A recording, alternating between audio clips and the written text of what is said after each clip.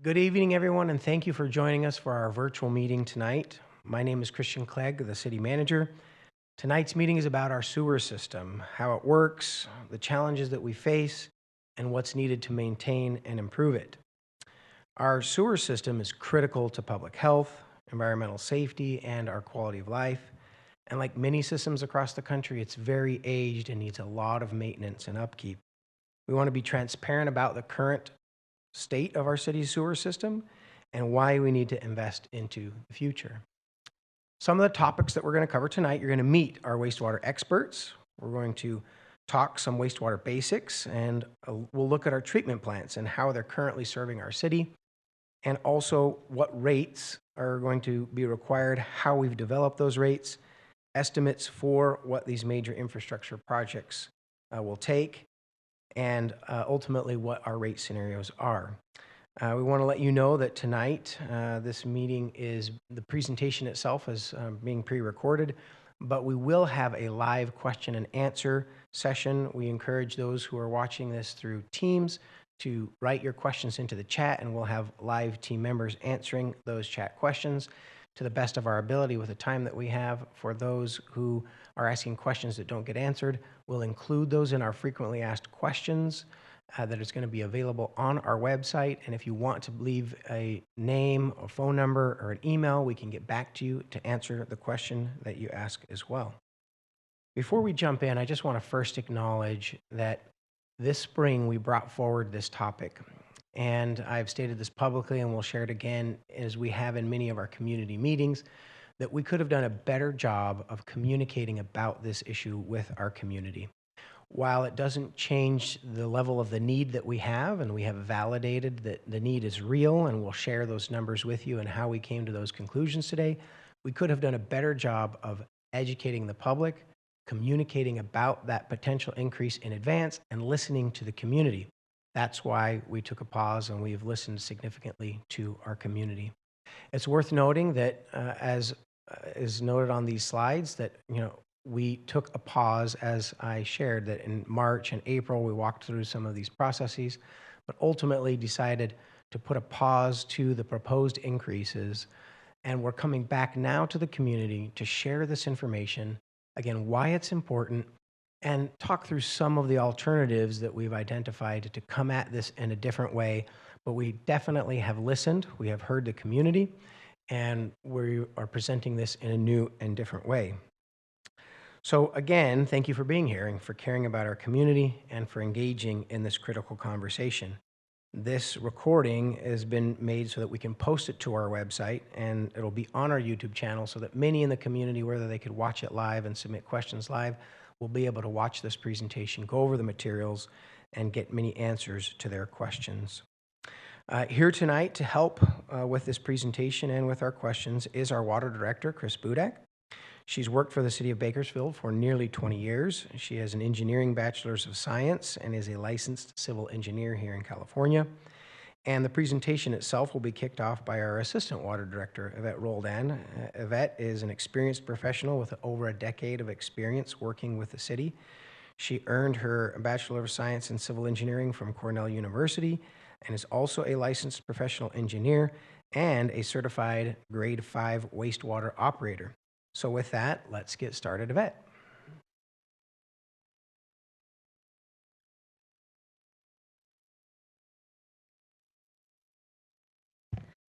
All right, well, thank you so much for that introduction. Wastewater basics. Earlier this year, we brought forth to the community a proposition, and we realized that there was just a lack of knowledge and information and understanding. So we want to take it back to wastewater basics. Oftentimes with wastewater, it's out of sight, out of mind. So we want to bring it back to the forefront. What is wastewater? Wastewater really is anything that goes down the drain. So if you're in your home, if you use a restroom, wash some dishes, do a load of laundry, all of that makes its way into the drain and is wastewater. If you own a business, same thing there. Anything you use in your business that makes its way into the drain is wastewater. Once wastewater leaves your home, once it's in the drain, it goes through a series of networks that is our sewer system. It is roughly made up of 1,100 miles of sewer pipe. And what we like to see is for wastewater to flow by gravity. So we have it flow by gravity to a low point. Once it reaches a low point, we have a sewer lift station. The city has 56 sewer lift stations. At the lift station, it gets pumped up to an elevation where it can then flow once again by gravity to the next low point. And it continues this process up until it reaches one of the two treatment plants. Now, City of Bakersfield has a separate, I should say, some cities have a combined sewer system. What is meant when they say a combined sewer system is that all of the wastewater plus the stormwater drains through the same series of pipes to the same end location. That is not the case for City of Bakersfield. So in addition to the 1,100 miles of sewer pipe, city staff will also maintain about 1,000 miles of storm drain pipe and 36 storm lift stations and 387 basins. So it is a lot of infrastructure that is operated and maintained in order to provide the service that we do. Continuing, wastewater basics. Once it reaches one of the two treatment plants that we have here in the city, we like to focus on two components of wastewater. The first one being a flow or the liquid. Once wastewater reaches the treatment plants, it goes through a series of screenings that removes inorganic material that really shouldn't be in the wastewater. Some of these things are just plastic products, toys, flushable wipes, things that can damage our equipment downstream. So we like to remove that at the first step, primary screening. It then goes through a grit removal. At this point, we're trying to remove other materials such as eggshells or sand that's found that makes its way into the wastewater. Primary clarification, at this point now we are trying to settle out organics. So that does belong in the wastewater. If you can picture anything that you flush down the toilet, that is where it's being removed, primary clarification. So that's the primary treatment. It then moves into the secondary treatment. At this point, we are treating it biologically. And then secondary clarification. The last step of treatment is tertiary. This is a final step. It includes a final step of filtration and disinfection. Once it reaches the tertiary treatment, it can be used to irrigate landscape. If it doesn't receive the tertiary treatment, if we just end it at secondary, it could also be used to percolate back into the groundwater system or for agricultural irrigation. That is the flow, the liquid portion, but we also have to consider the solids or the organics. So as I mentioned before, the clarification process that we have in the primary, secondary, it's removing organics as it's flowing through. The organics are sent to digesters, which are heated up to about 95 degrees, up to 100 degrees Fahrenheit, and digested for 15 to 21 days. Once it leaves this digesters, the sludge is dewatered and it creates biosolids, which are then land applied on city-owned farm fields. So just keep in mind, those are things that we consider when we're dealing with wastewater treatment, the flow, the liquid, and organics. A question we often get is wastewater treatment plant 1. We often talk about plant 2, plant 3. Okay, where's plant 1? Plant 1 was decommissioned and is no longer in service. It was located right there off of Highway 58 and Mount Vernon.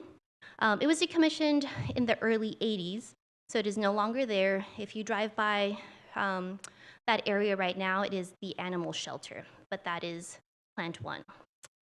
Wastewater treatment plant 2, if you're unfamiliar with our service area, that is what you're seeing here. Everything in the purple is serviced by plant 2, or I should say it flows to plant 2. Everything in the green flows to plant 3. Plant 2 is located there off of 58 and Mount Vernon on the southeast side of the city. Wastewater treatment plant 2, it was initially built in 1939 and has had 3 major expansions, 1950, 1977, and 1997. It is a trickling filter treatment process. It is designed to treat 25 million gallons per day. If you can't visualize 1 million gallons, if you picture yourself in the middle of a football field and flood that football field with 2.5 feet of water, that is 1 million gallons of water. So if you picture yourself in the middle of 25 football fields with 2.5 feet of water, that is 25 million gallons of water, and that's how much is able to be processed at treatment plant 2. Going back to suspended solids, that's the organic or the solids portion that we were mentioning as far as treatment is concerned. It was designed to treat a concentration of 327 milligrams per liter and biochemical oxygen demand 251. Both of those criteria are the organics portion that is designed for. What is actually coming into Plant 2 currently? We are looking at 11.6 average million gallons per day, so well within the design criteria. For suspended solids, this is a little outside of what it was designed for. We're currently at 407 milligrams per liter, and for our BOD, we're at 433. So it is, as far as organics are concerned, beyond what it was designed for. Now, going into discussing the current condition of the infrastructure, we had two instances in recent years that kind of brought this to our attention. So what you're seeing here is an aerial view of Plant 2. The two square structures were scheduled to have a rehabilitation rehab project done on them back in 2018. The line that connects these two structures is a 60-inch pipe that was not part of the scope of work, but soon became involved in the project. When we were rehabilitating the structures, we saw the pipe that connected the two and saw that there was extensive deterioration. So if you see the pictures on the far right, that is a condition that we saw. You can see that the rebar is exposed. In the far right picture, you can see that part of the rebar is missing. This is a 60-inch pipe, inner diameter, with reinforced concrete. So 6 inches of, if you can see the rebar, that means that 6 inches of concrete has been corroded away. In that far right, the rebar is fully missing. It is no longer there. The initial project was a $1 million project. In order to fix the pipe, it was a $680,000 change order that was carried out. The first picture there on the left corner, that is actually the picture of what the pipe looks like after it was fully rehabilitated. So that was 2018. Fast forward to 2022. I had an operator doing his daily rounds and brought to our attention an issue that we also had to fix. So the structures that we will be discussing are highlighted here in this aerial view. So our operator, when he was doing his daily rounds at the end of the day, brought to our attention a sinkhole that he found. Once we started digging, we saw that part of the pipe was missing. When we kept digging, we saw that about 30 feet of the pipe were missing, and that the slide gate that fed the flow into this pipe had been corroded to the point where it was off its railing and off its stem. This was another 60-inch diameter pipe, 300 foot in length, that we also had to go in and repair. I should mention the first pipe that we mentioned that was installed in the 77 expansion. This pipe that we're looking at here, this was installed in the 97 expansion. We went in, we did the repair. It was a $700,000 repair on this one, and this was not too long ago in 2022. Changing focus to wastewater treatment plant 3. Again, the green feeds in the wastewater in the green area flows into plant 3. Plant 3 is located right there off of Ash and McCutcheon on the west side of the 99. Plant 3 is a lot newer, very different technology here. It was initially built in 1970 and has had 4 major expansions. 84, 88, 97, and the last one, 2007. This one is an activated sludge treatment process, and it has a design criteria of 32 million gallons per day. The suspended solids is 333 milligrams per liter, and the BOD is 500 milligrams per liter. Those were the design criterias. If we look at our current actuals, our flow is at 21.2%. If you do the math, it is a little over 66% capacity. Typically, when a facility reaches 70%, that is when we want to seriously start planning for the expansion. We don't want to get to 100% and not have a plan in place. For organics, our suspended solids are 306, well within our design parameters. And for BOD, we're at 378, so well within our design parameters. The issue with Plan 3 really is just that flow that is quite close to the 70% target. What is being shown here is our projections for future flow. So if we take the last 5 years of flow and project the trend, last 5 years worth of flow trend and project it outward, we will be reaching capacity in 2033. Now, 2033 also coincides with not just the 5 years history of flow, but it also coincides with an average of 1,500 homes being built per year. If we maintain that, we do anticipate being at capacity by 2033.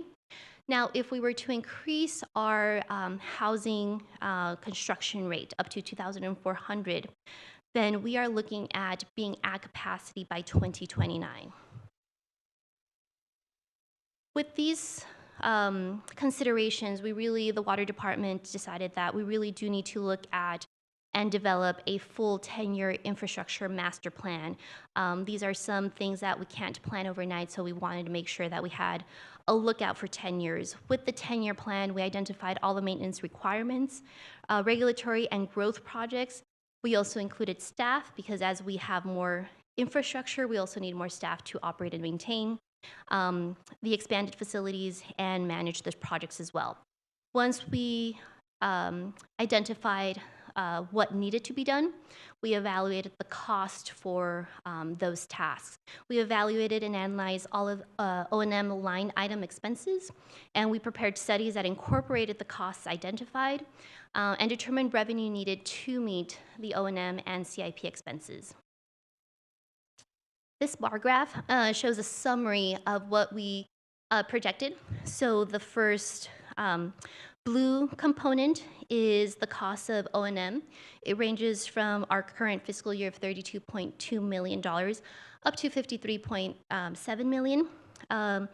That next component in green is the CIP. So that is a projected cost for our identified capital improvement projects. Now that little red bar in there, that is our debt reserve. For the expansion at Plant 3 that was done in 2007, the city took out a bond, and we are still paying back that bond. Our last payment will be in fiscal year 32-33. So that is also something that we need to take into consideration when we're analyzing cost and revenue needed. The line that flows through this bar graph shows our expected revenue at current rates. So if we do not take any action on our rates, that is what we can anticipate as our revenue. So this bar graph pretty much shows that our revenue would be highly deficient in meeting our anticipated costs. Now, currently, our sewer rate is at $247 per year. If you were to divide that by 12, you get $20.59, which is what is the current rate. If we compare ourselves to other cities in the area and other cities in the state, we are by far the lowest. We are all the way to the left of that chart. Earlier this year, we had proposed alternatives that would have brought us more to the middle and more to the right of that bar graph. Those proposals were not, we did not move forward with them, so we are at that 247, which equates to that $20.59. Just for comparison, City of Fresno is $25.75. These are monthly equivalences. The sewer rate is an annual cost. Other notable comparisons, KSA, $25, City of Arvin, $60.55. So with that, I will hand it over to our water director, Christina Budak, who will do a little deeper dive into our current efforts for rate increases.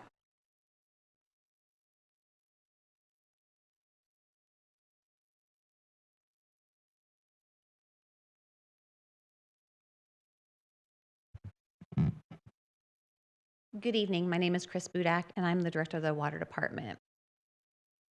As Yvette had mentioned, I would like to go into more detail about how the rates have been established in the past and how we have adjusted the current structure to be more in line with requests of our council.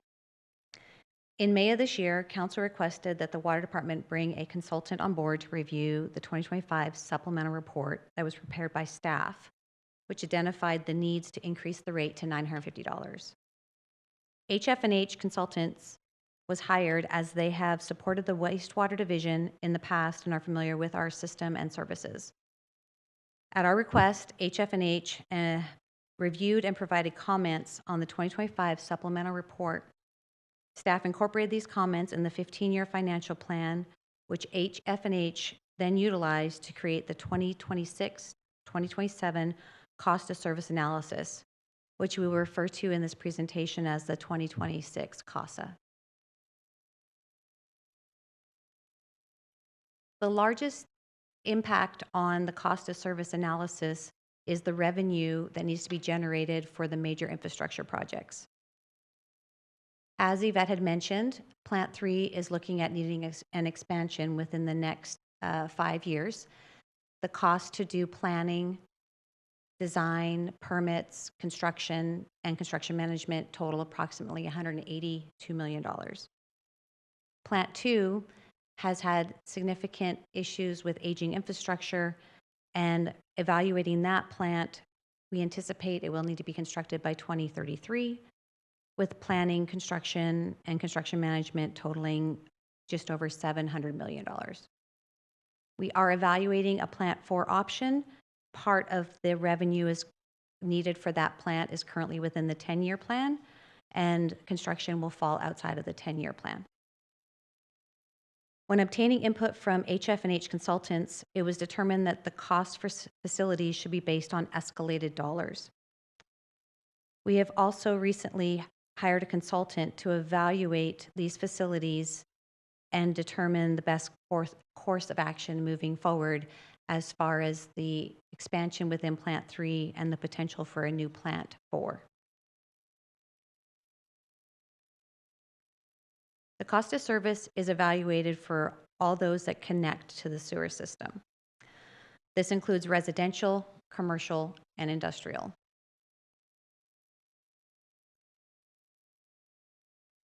Every connection pays an annual fee, flat fee.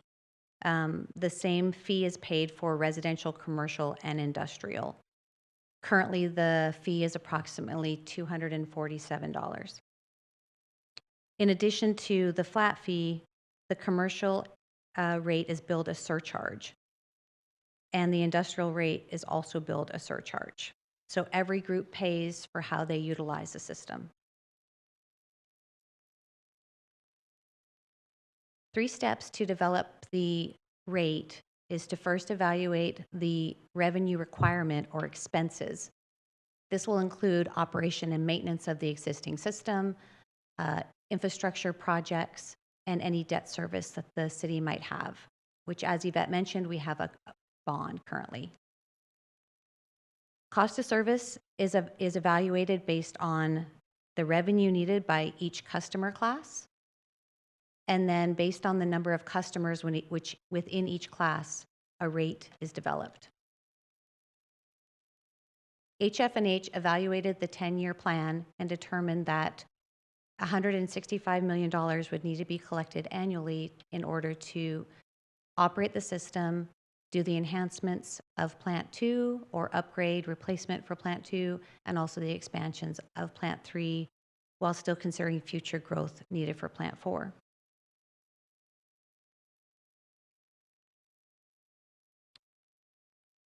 Based on the revenue requirement, revenue generated, and cost breakdown for single-family, commercial, and industrial, the cost provided service to each connection is proposed to be $187, and that's based on the cost to provide service to meet the needs of the system.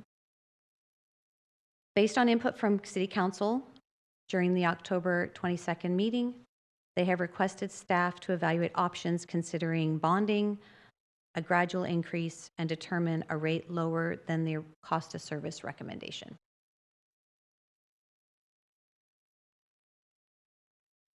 There are certain triggers that enable staff to evaluate lower rates and consider bonding options. The triggers can include changing the timing of infrastructure, so delaying certain infrastructure or phasing infrastructure, increasing the annual rate to collect more revenue, plan for the rate increase to go beyond the 5-year Prop 218 requirement, knowing that we would have to do a Prop 218 again in five years from now, and then evaluate bonding options. By delaying infrastructure, we do need to note that there could be risk and cost could increase by delaying the infrastructure beyond what is already being proposed.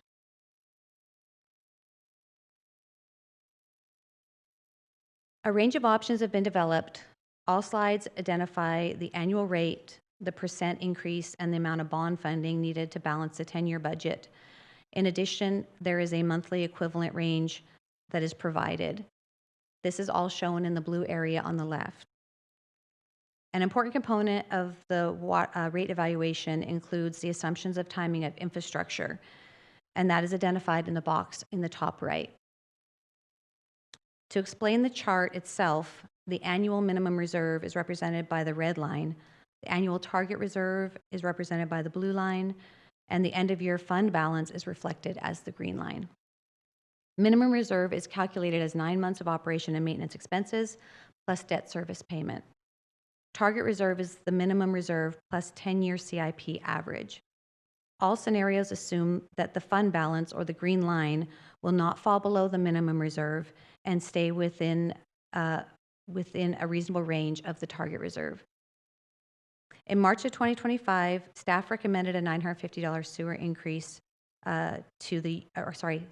staff recommended a $950 sewer user rate, which is an increase from the $247 currently.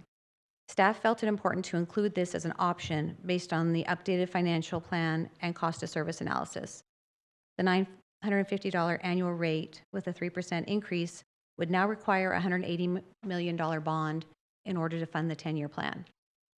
The main reason for needing a bond is because the rescinded Prop 218 identified that the $950 rate would be effective July 1, 2025. So a year missed revenue needs to be accounted for in the bond amount.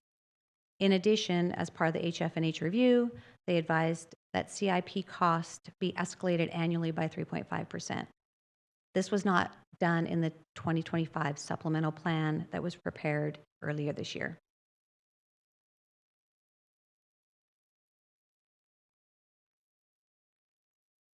One of the first options for the rate analysis is to consider a large bond. In this case, it identifies that the rate would start at $475 in year one and increase annually by $125 for the first 5 years, which is the time frame of the Prop 218 rate increase. Staff recommend that the $475 be the lowest starting rate, as this is the amount to ensure that the fund balance stays above the minimum reserves and is able to fund operations and maintenance and CIPs, annual CIPs, not including the expansion or upgrades of the plants. This rate schedule will result in needing a $410 million bond to balance a 10-year budget, and is estimated that this bond will have a debt service payment of approximately $24 million for 30 years. The assumptions are to, again, have Plant 3 expanded by 2031, Plant 2 upgraded by 2033, and Plant 4 having site and design and permits within the 10-year plan.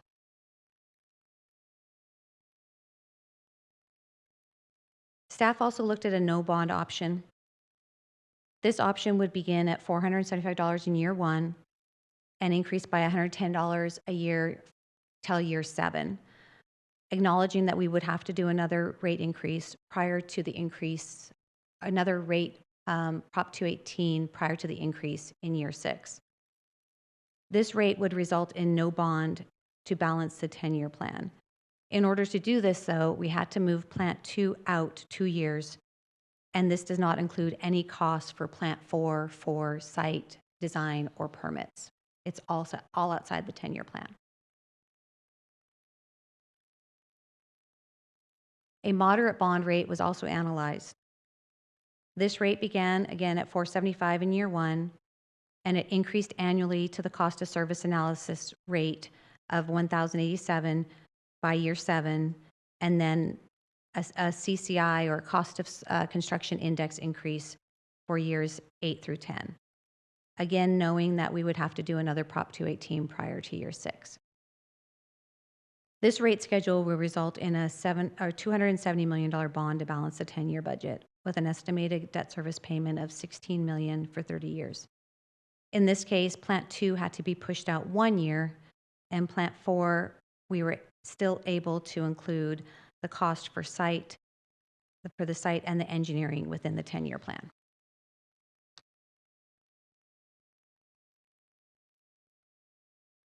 The city staff has had significant outreach over the past few months, including community meetings on behalf of the request of the council members, as well as informational meetings to various professional affiliations and the Rotary, And also we have developed a wastewater website, which is available for the public to utilize and obtain information from. Next steps include continuing to finalize the rate, which will be proposed at a January council meeting. This rate increase would then begin the Prop 218 process. Council would direct us to begin that process in January. Notices would be mailed, and there would be a 45-day review period from the public during February and March. Sometime either the last meeting in March or first meeting in April, we would then go back for a public hearing to get authorization to move forward with the increase, which would take effect July 1st, 2026. And that concludes the presentation. I'd like to turn it back over to Mr. Christian Clegg.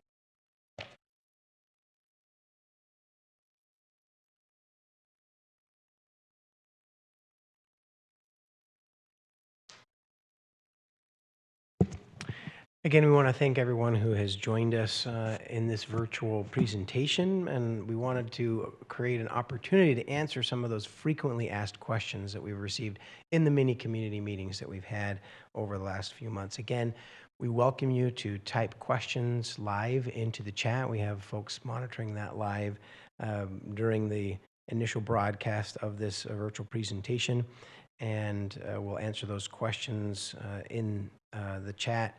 But here are just some of those questions that we have received many times. First question is, why is the city looking at a sewer rate increase? That was presented in some of the information, but really boil it down is our infrastructure is aging. It's very old.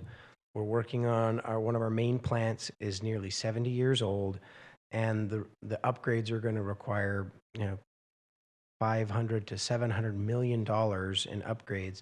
And at our current rates, we simply cannot do this. It is a large increase.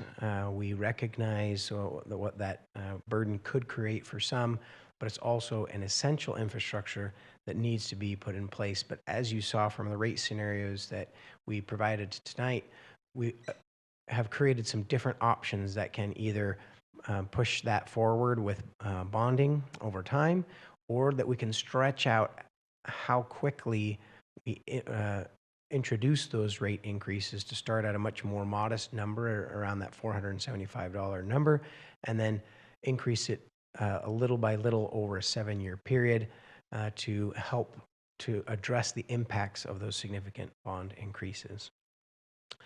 For our next question, I'll invite Yvette Roldan to come up and talk about what will that new rate support.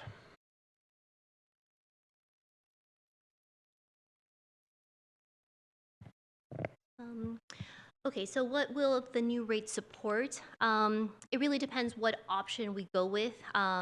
The original one would support everything that we've identified as far as Plan 2, Plan 3, and Plan 4. Some of those then with the more moderate bonding or the low bonding.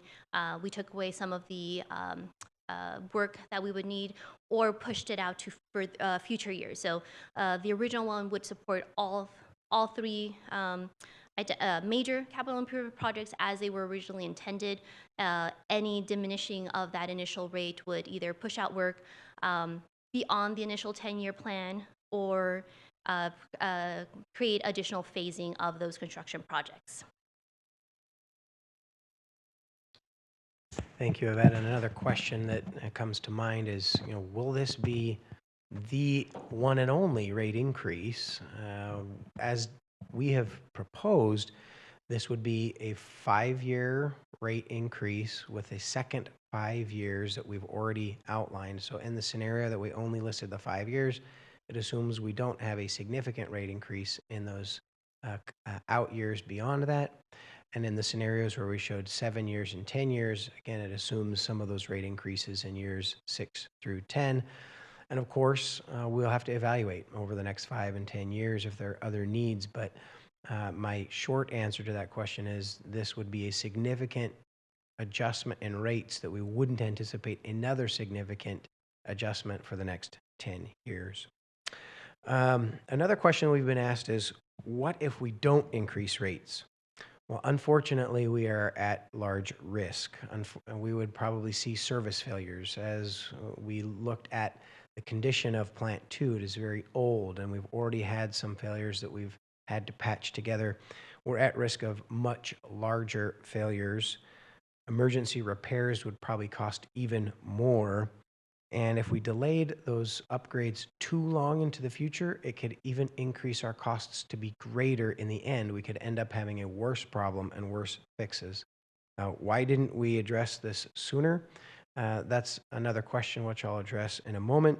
But if we delay it any longer, it will only exacerbate the problem, make things even tougher to fix in the long run.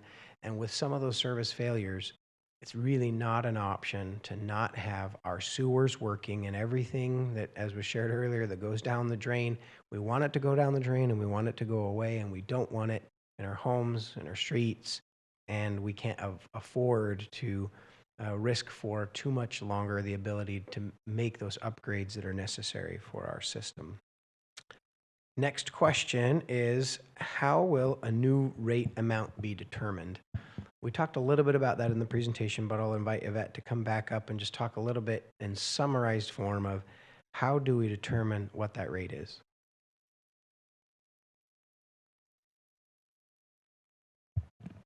So in short, the rate really is determined based on the total cost that we anticipate and how much each customer class is required to provide for their portion of the service that is provided.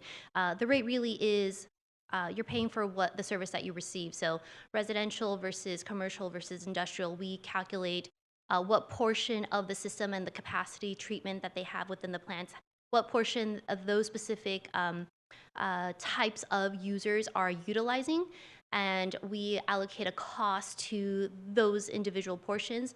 Again, we are kind of going back to the flow, the organics, loading. So we identify and we calculate a cost associated with the flow, with the TSS, with the BOD, and we calculate out and the portion that each of the customer classes are utilizing, and we assigned a value to them. So it is really determined based on the cost to provide the service and the amount that each class is utilizing in order to make sure that we are collecting the sufficient revenue to provide for the projected cost.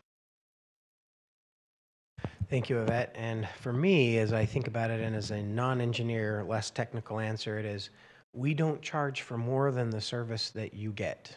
But also the flip side of that is you get what you pay for, and we've only been paying this much lower rate because we haven't been updating our system over time, and so we're getting what we've paid for now as well. It's fortunate that rates have been able to stay lower for a much longer period of time than is typical, and this community members have been beneficiaries of that lower rate for a very long time, but we're at the point where we cannot wait any longer. Another question is, can I voice my opinion about sewer rates? Absolutely. That you have your rights as a member of our community to voice your opinion. We encourage the community engagement. And as affected property owners, we want you to voice your opinion. You can reach out to your council member. We also have opportunities to get informed, as we noted, on our web page. And if you have comments, you can make comments to a city council member or to upcoming scheduled city council meetings.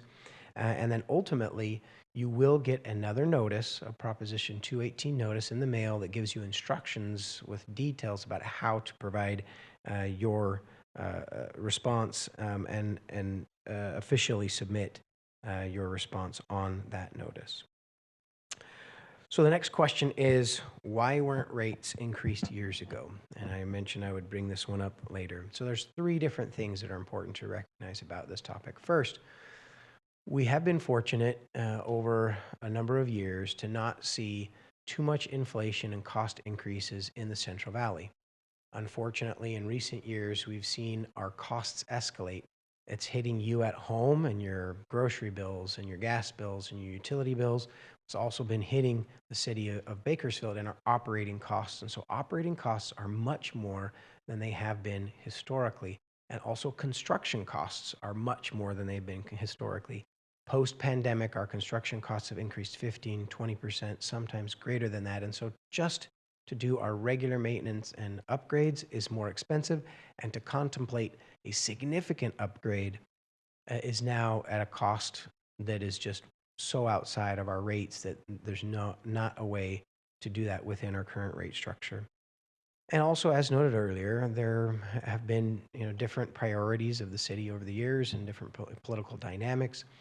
And at this point in time, we've acknowledged that we have a very aged system.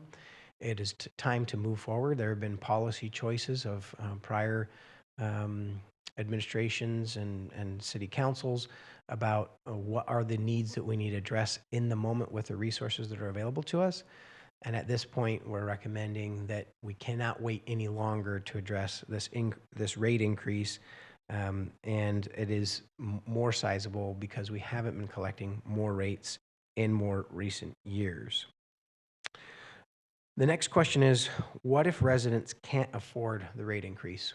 We are, again, aware and very cognizant of the fact that there are some individuals on fixed incomes, or they may not have any income currently and may be receiving assistance. What is required by state law is that no rate payer can actually pay a different rate than another rate payer. Everyone should pay for the services that they receive. There is the possibility that from other general tax resources, could the city council determine to create a program to help those that have difficulty paying their utility bills? It is possible. It is allowed, although those are the same prioritized resources that we use to provide for police and fire and our streets. And so those are tough choices by our city council as the rates are supposed to pay for the service. I think more importantly, we have taken time to look at rates that are going to be more modest and that can increase slower over time so that it is more manageable to be able to pay those over time and ease into those new rates. But it is something the City Council has discussed, and we anticipate we'll continue to look at whether or not we need to create programs from general tax monies that could help for those that are struggling to pay for their sewer bills. And then a related question is, can other funds be used to pay for the upgrades? By law, we can only spend funds that are collected for sewer on sewer. We can only collect funds for garbage on garbage. But again, there are general taxes that could be spent on these upgrades. However, as noted earlier, those are the same tax revenues that are spent on providing the basic services of our community: police, fire services, our streets, our parks. And typically, we do not spend those general fund revenues on these types of utility projects because the utilities are meant to be able to collect enough rates to pay for themselves. It is a question that has been taken up by the City Council. It will be considered by the City Council, but candidly, I would recommend to the City Council that we do not use those other general tax revenues to pay for these upgrades because we need them for those other prioritized services. And that is the challenge of today, is identifying what rates will support these upgrades that are necessary from the utility itself. That concludes our most frequently asked questions. Again, there will be a frequently asked questions that we'll continue to add to on our website on this topic. And again, for those who may be tuning in live and watching the chat, please submit your questions and we'll answer those to the best of our ability. Again, we appreciate your participation, becoming more educated on this topic. We hope that it's been helpful to see this updated rate scenarios and that we've listened and that we've made some adjustments. And we'll be presenting this to, again, the City Council in January of 2026. And we anticipate some additional community meetings in each of the council wards in early 2026 as we ramp up to that vote of the City Council. And we thank you very much.